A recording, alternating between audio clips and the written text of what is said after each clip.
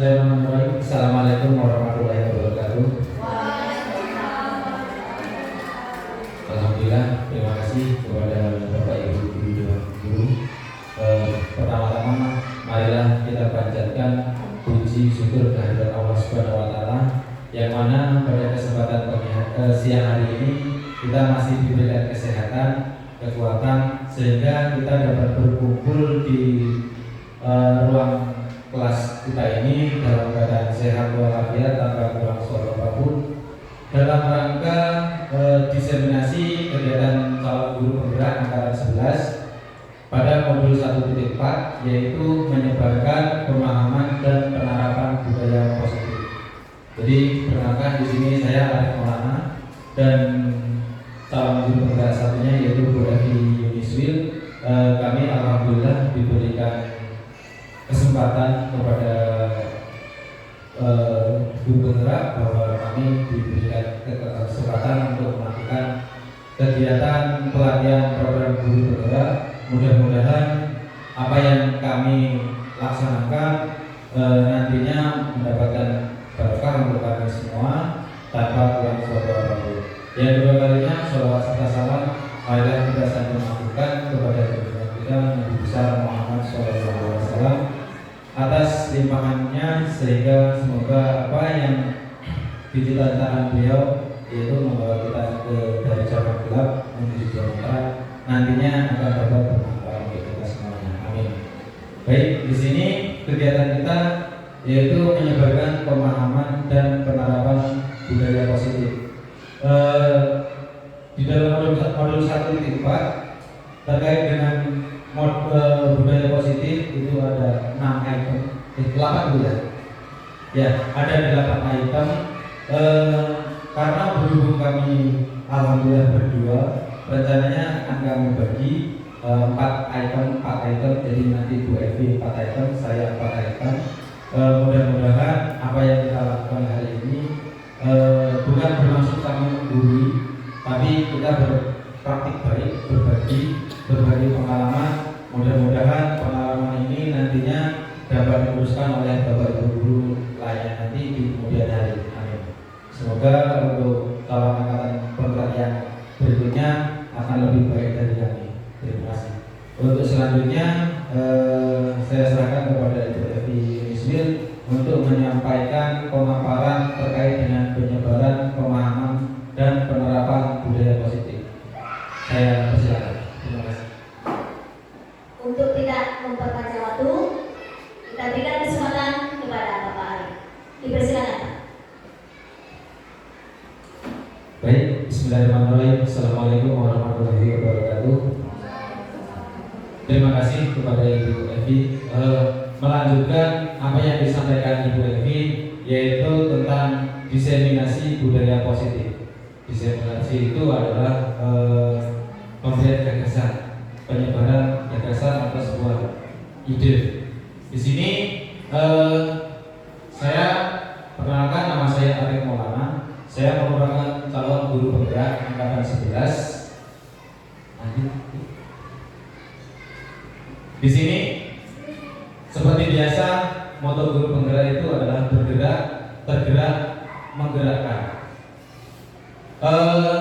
Di sini ada 3 orang hebat. Yang satu di tengah ini setengah hebat.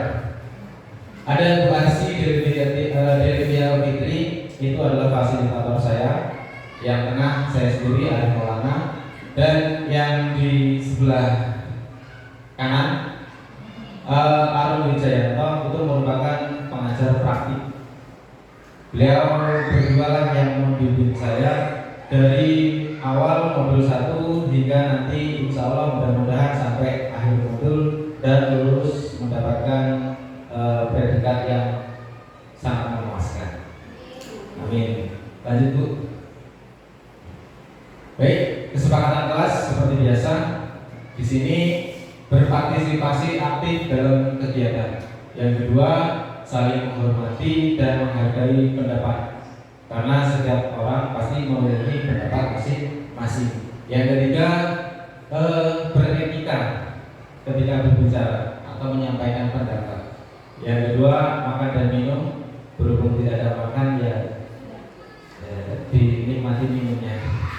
Terus menjaga kebersihan, mengikuti sesi sampai selesai dengan penuh semangat dan gembira.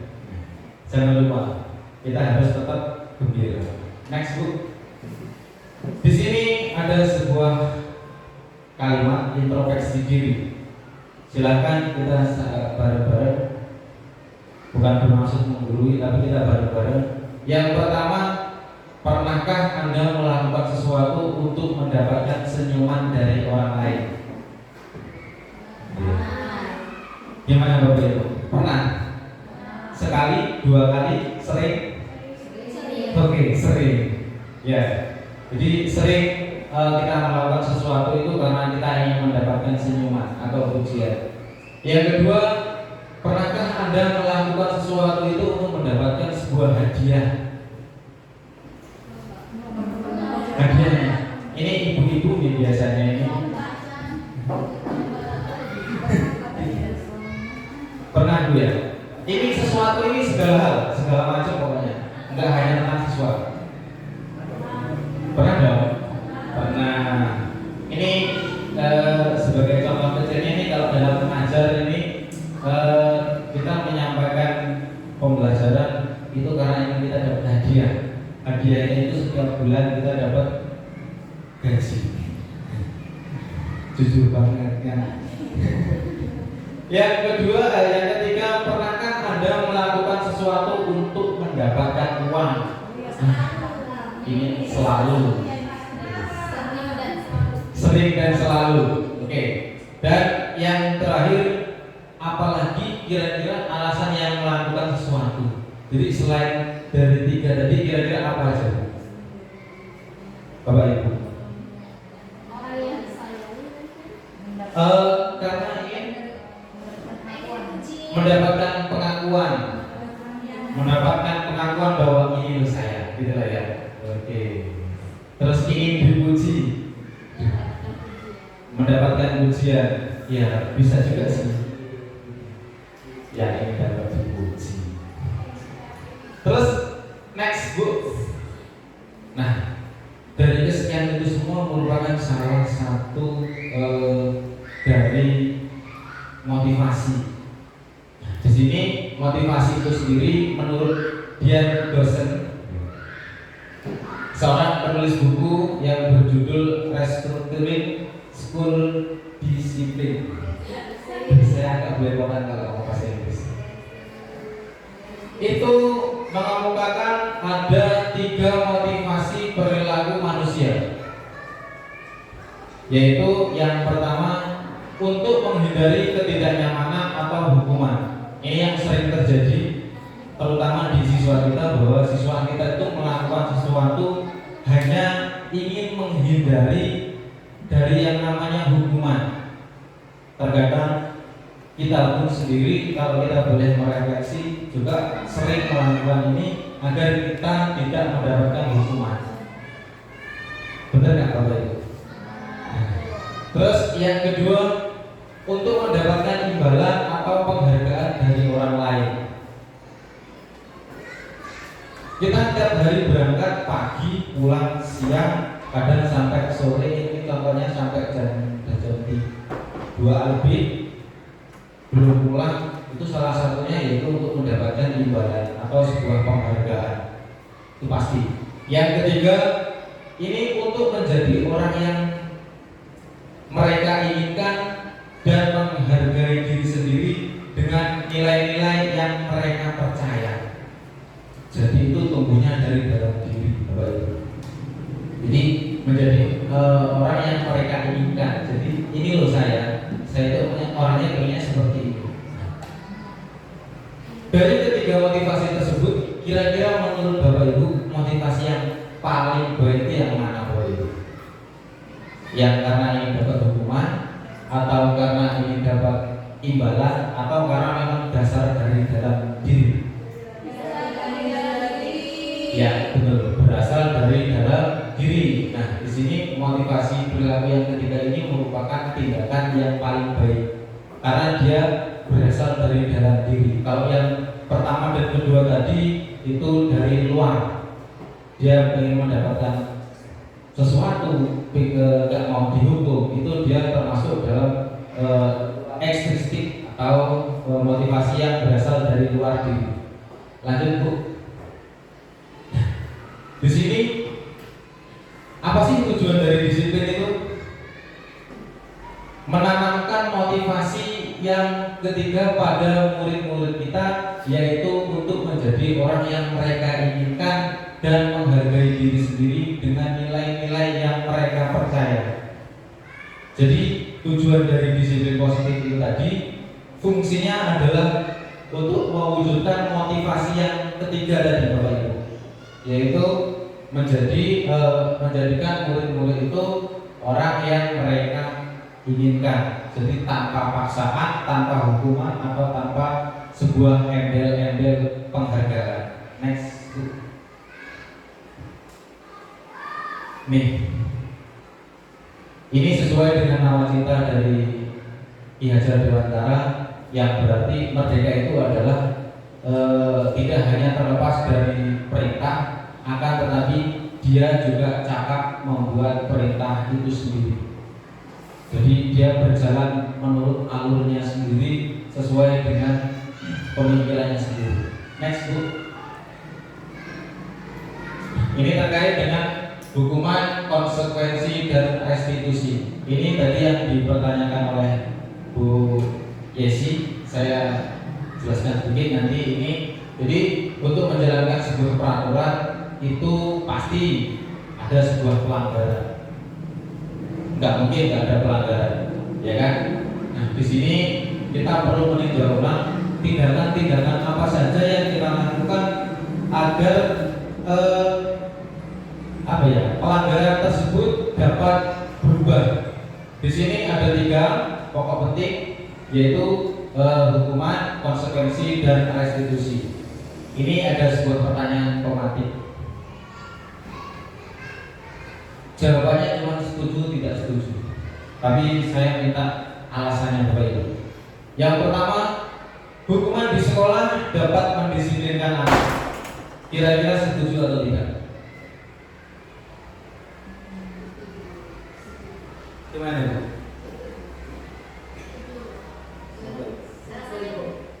Alasannya Bu? Alasannya kalau tidak ada hukuman, nanti dengan berjalannya waktu peraturan itu ya seolah-olah tidak ada peraturan, tidak dibuat. Itu aja. Terima kasih.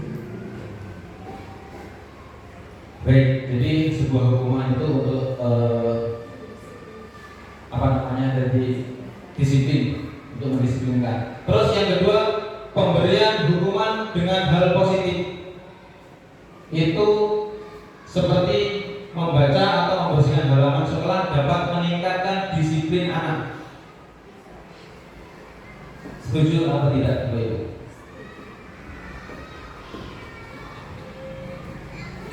Setuju ya kalau menurut saya. Jadi dengan memberikan hukuman yang bersifat positif, artinya kita mengajarkan anak supaya apa yang dilakukan, kesalahan yang mereka lakukan itu ada konsekuensinya, ada sanksinya. Dan dengan kita memberikan hukuman yang positif, mereka juga akan terbiasa pada hal-hal yang positif. Contohnya membersihkan halaman.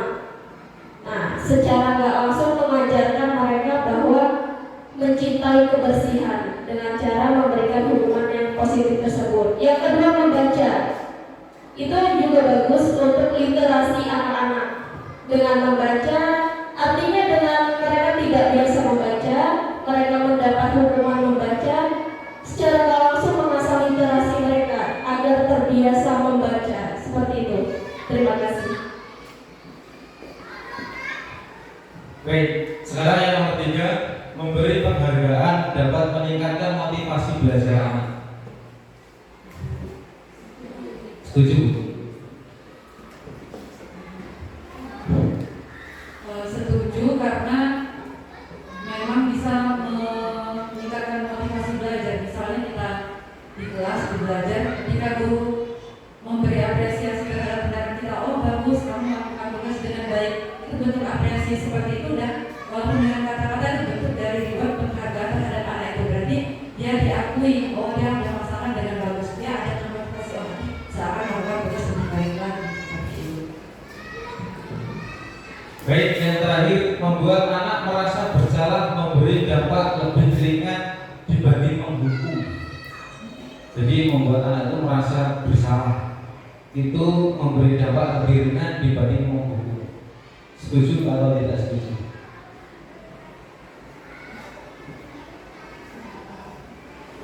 Hah?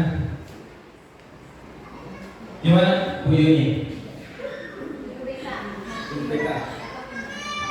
Kalau tadi diminta untuk memunculkan motivasi dari diri sendiri, mungkin kita perlu menumbuhkan bukan rasa bersalah ya Pak, tapi menyadari bahwa apa yang kamu lakukan itu tidak benar. Nah itu untuk menumbuhkan rasa untuk memperbaiki diri, bukan memberikan bukan rasa bersalahnya, tapi untuk kalau kamu tahu itu salah, berarti nanti harus diperbaiki seperti itu. Baik, saya tidak membenarkan dan tidak menyalahkan jawaban dari ibu-ibu semua. Sekarang kita cari bareng-bareng karena fungsinya kita adalah untuk belajar bareng. Next Bu. Di sini ada kalimat hukuman. Hukuman itu bersifat tidak terencana atau tiba-tiba. Anak atau murid tidak tahu apa yang akan terjadi dan tidak dilibatkan. Hukuman bersifat satu arah dari pihak guru yang memberikan dan murid yang menerima suatu hukuman tanpa melalui suatu kesepakatan atau pengarahan dari pihak guru, baik sebelum atau sesudahnya. Hukuman ini diberikan bisa berupa fisik, psikis, murid, anak disakiti oleh suatu perbuatan atau kata-kata.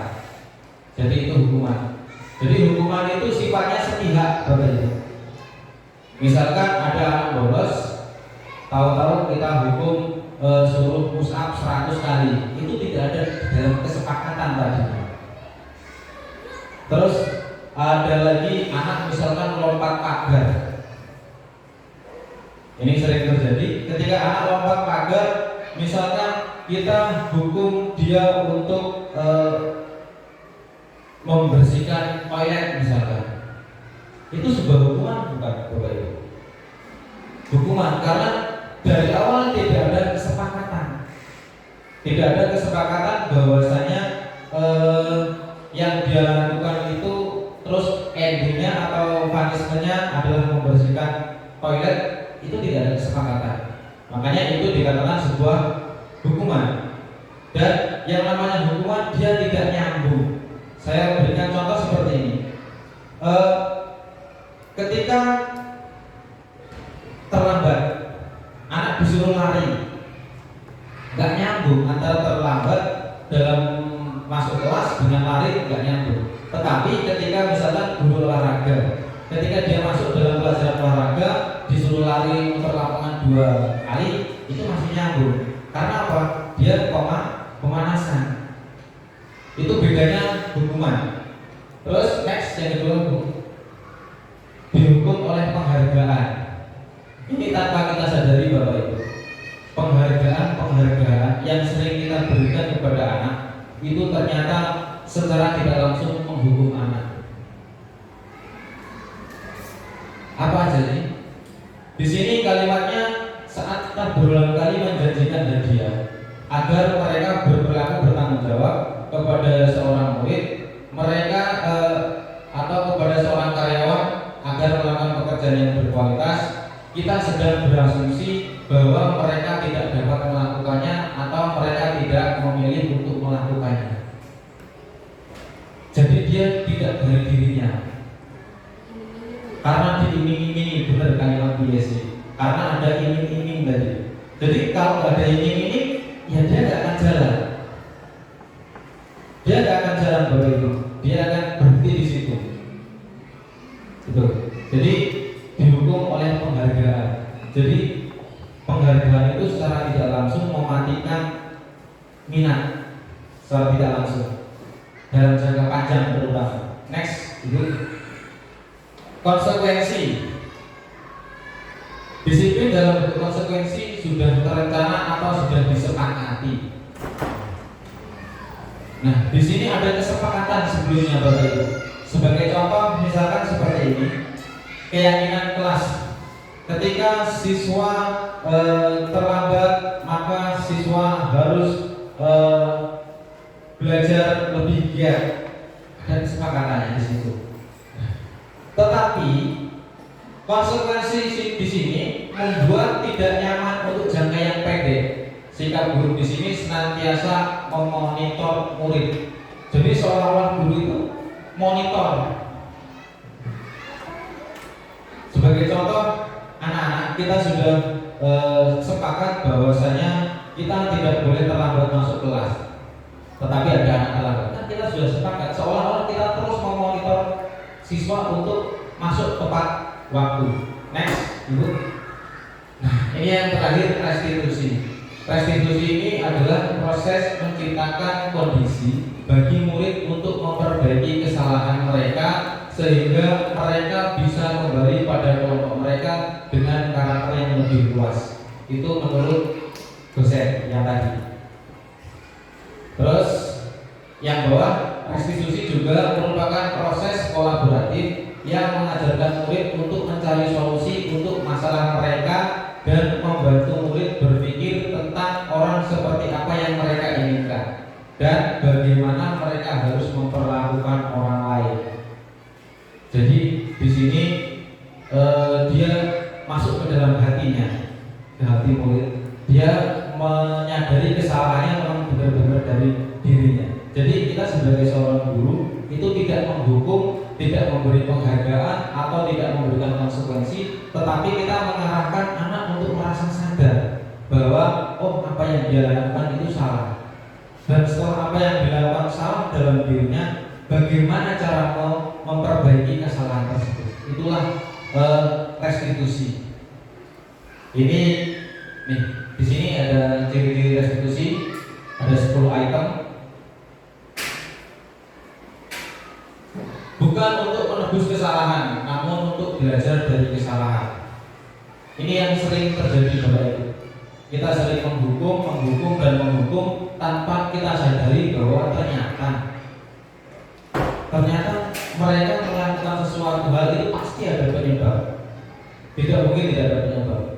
Sebagai contoh, mohon maaf,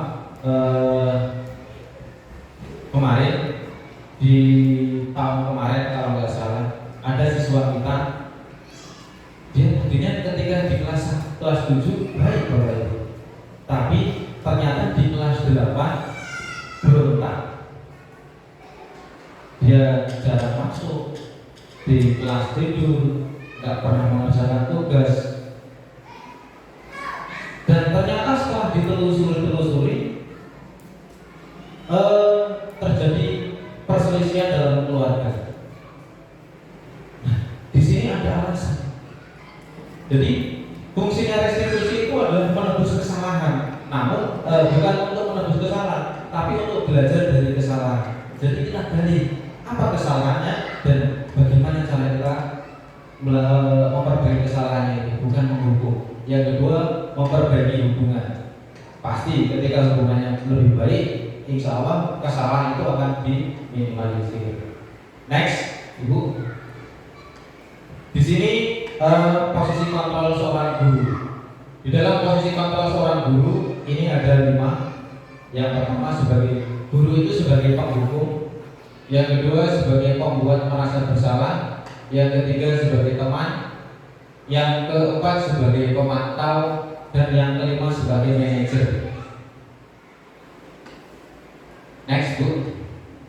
Ini sebagai penghukum, ini ada ciri-cirinya. Yang pertama, dia nada suaranya tinggi. Yang kedua, mungkin murid marah atau dendam atau bersifat agresif. Ketika kita tiba-tiba menghukum tanpa suatu sebab, tanpa mempertanyakan alasannya, pasti dia marah juga. Yang ketiga, dia akan menyalahkan orang lain. Dia nggak mungkin menganggap dirinya itu salah, pasti dia akan menyalahkan orang lain. Sebagai contoh, kamu ini nggak pernah masuk sekolah, kamu ini nggak pernah masuk di dalam pelajaran. Seolah-olah selalu menyalahkan orang lain. Next, Bu. Yang kedua, merasa bersalah, pembuat merasa bersalah. Ini yang tadi disampaikan oleh Bu Yuni terkait dengan merasa bersalah itu apakah menyadarkan siswa? Di sini. Pada kondisi murid ini, murid akan merasa penilaian dirinya yang buruk tentang diri mereka. Murid merasa tidak berharga dan telah mengecewakan orang-orang yang disayanginya. Jadi seolah-olah dia merasa, aduh, saya ini salah, saya sudah tidak berharga lagi di dunia ini ya. Dan selanjutnya, next Bu, sebagai teman, dia seolah merasa akrab dengan murid. Yang kedua, dia merasa murid merasa senang dan akrab dengan guru tersebut. Murid hanya mendengarkan dengan guru tersebut dan murid akan tergantung pada guru tersebut. Jadi kalau nggak dengan guru tersebut, saya nggak mau Bu, saya nggak mau Pak. Hal negatifnya apa? Hal negatifnya nih, bila suatu saat guru tersebut tidak membantu, maka murid akan kecewa dan berkata, saya pikir Bapak Ibu teman saya. Nilai positifnya ada, tetapi nilai negatifnya juga ada. Ketika kita tidak bisa memberikan apa yang dia mau, dia akan pasti berpikir, saya pikir ibu ada teman saya, ternyata bukan. Next. Yang berikutnya sebagai pemantau, dia namanya memantau, dia hanya dari melihat, menganalisis dan memberikan konsekuensi. Di sini dia hanya nada suaranya datar, berbicara sesuai fakta dan dia sangat mengandalkan perhitungan. Jadi dia lihat data terus. Di sini komposisi pemantau itu sendiri hanya berdasarkan dari teori stimulus respon yang menunjukkan tanggung jawab dalam mengontrol murid. Jadi merupakan sebuah tanggung jawab. Next. Ini yang paling baik Bapak Ibu sebagai seorang manajer. Yang namanya manajer, dia pasti suaranya halus. Kalau dia suaranya kasar, semaunya sendiri, itu bukan sosok manajer. Terus guru membantu murid untuk bertanggung jawab. Jadi dia tidak serta-merta menghukum, tapi dia membantu murid untuk memenuhi tanggung jawabnya terhadap hasil kesalahannya sendiri. Yang ketiga, mencari solusi atas masalah yang ada. Jadi terus menguatkan watak atau karakter. Jadi setelah dia merasakan rasa bersalah murid itu sendiri, dia membantu murid untuk menyelesaikan masalahnya, dia mencari solusinya dan menguatkan. Inilah sosok seorang guru yang baik. Jadi sosok seorang guru menjadi guru manajer. Next Bu. Sebagai rekan kita renungi bareng-bareng. Sebagai seorang guru, mari kita bersama-sama kita renungi diri kita. Dari kelima posisi kontrol tersebut, kita masuk dalam kategori yang mana? Yang penghukumkah? Yang sebagai merasa bersalah, memberi merasa bersalah, teman, pengontrol, atau sebagai manajer? Kita lebih sering yang mana? Ayo.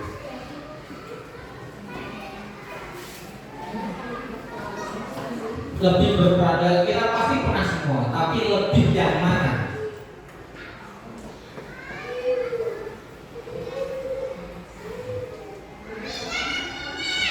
Lebih ke yang penghukum. Saya mengakui, saya sendiri pun lebih ke yang penghukum.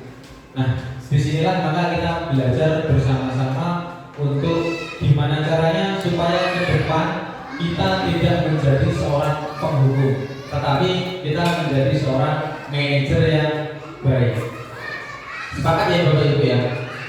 Mudah-mudahan dengan adanya kegiatan ini, setelah kegiatan ini selesai, kita akan menjadi seorang manajer yang baik. Next. Nah, keyakinan kelas.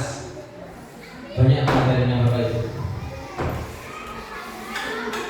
Di sini keyakinan kelas ini ada dua pertanyaan. Mengapa tidak peraturan?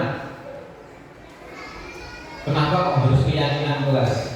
Ada yang bisa menanggapi Bapak Ibu? Kenapa kok nggak peraturan saja? Karena kalau nggak salah zaman KTSP bukan keyakinan, tapi peraturan kelas. Kenapa? Ada yang bisa memberikan? Menurut saya harusnya peraturan itu biasanya salah satu pihak. Cuman kalau keyakinan itu berdasarkan kesepakatan. Kalau peraturan dari salah satu pihak, kalau keyakinan dia kesepakatan. Ada yang lain dari begini?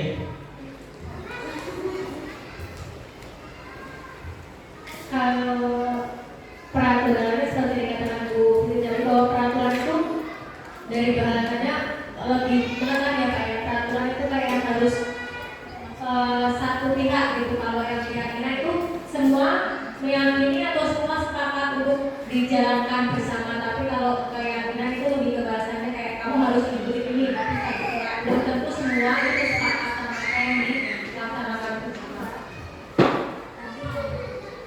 Terima kasih. Ada yang mau memberikan tanggapan lain? Miss Eva, kenapa kok peraturan? Kenapa kok keyakinan? Kenapa nggak peraturan saja? Baik, seperti saya setuju dengan pendapat Bu Fitri dan Bu Yuni. Ketika kita menggunakan kata peraturan kelas itu berarti ada sesuatu yang mengikat dan wajib ditaati seperti itu. Kalau tidak akan mendapatkan sesuatu konsekuensi. Tetapi kalau keyakinan kelas itu dibuat secara bersama-sama dan sepakatan bersama. Begitu. Baik, itu beda peraturan dan keyakinan. Sekarang kita berpikirnya seperti ini Bapak Ibu. Kalau peraturan itu sudah sakit, dia tidak bisa diganggu gugat. Berbeda dengan keyakinan. Kalau keyakinan itu memiliki apa ya? Semacam harapan. Kita yakin nih bahwa kita bisa. Dia seolah-olah merasa bahwa dirinya itu yakin. Jadi ada nilai positif di situ. Itulah perbedaan antara peraturan dan keyakinan. Nih, keyakinan kelas adalah seperangkat nilai dan prinsip yang disepakati bersama oleh guru dan siswa untuk memandu perilaku dan interaksi di dalam kelas. Jadi itu. Jadi seperangkat nilai-nilai universal, nilai-nilai kebajikan.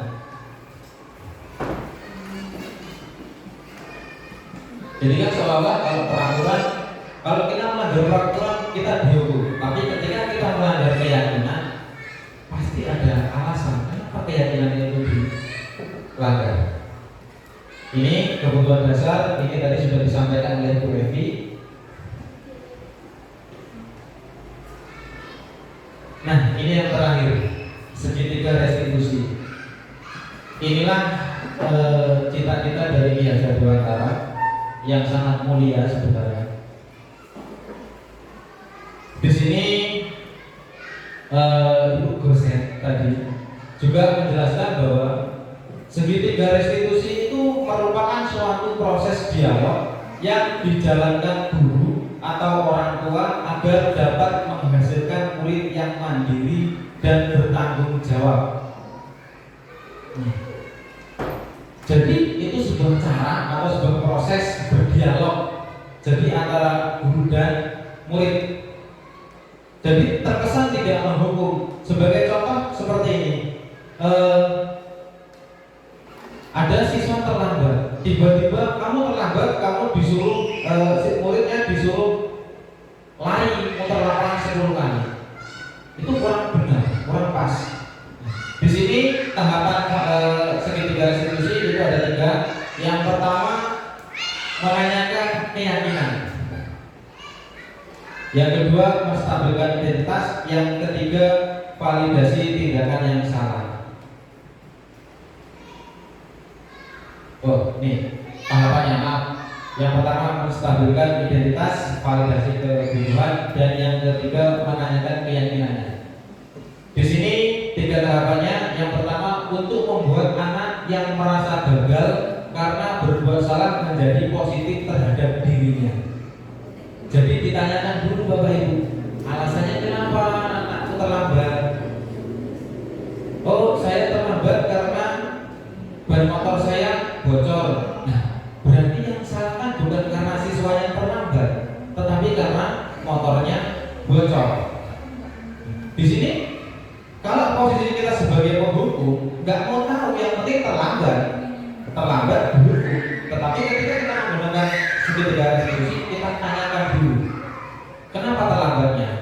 Terus setelah itu, yang kedua, validasi kebutuhan. Jadi membantu siswa mengenali basic need atau kebutuhan yang ingin dipenuhi ketika melakukan kesalahan itu. Jadi di sini dia merasakan rasa bersalah, sehingga memunculkan rasa bersalah, sehingga dia tidak akan mengulangi hal yang sama. Sebagai contoh tadi motornya bocor, berarti di situ dia akan meminta maaf bahwa motornya bocor, dan untuk kemudian hari saya akan berusaha untuk selalu mengecek kendaraan saya supaya tidak terjadi kesalahan lagi. Di sini selain ada merasa bersalah, dia tahu di mana kesalahannya dan dia akan memperbaikinya. Terus yang ketiga yaitu menanyakan keyakinan. Artinya apa?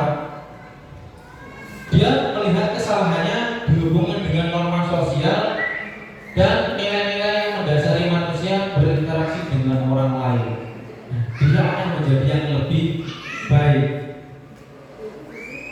Itu dari kegiatan segitiga restitusi.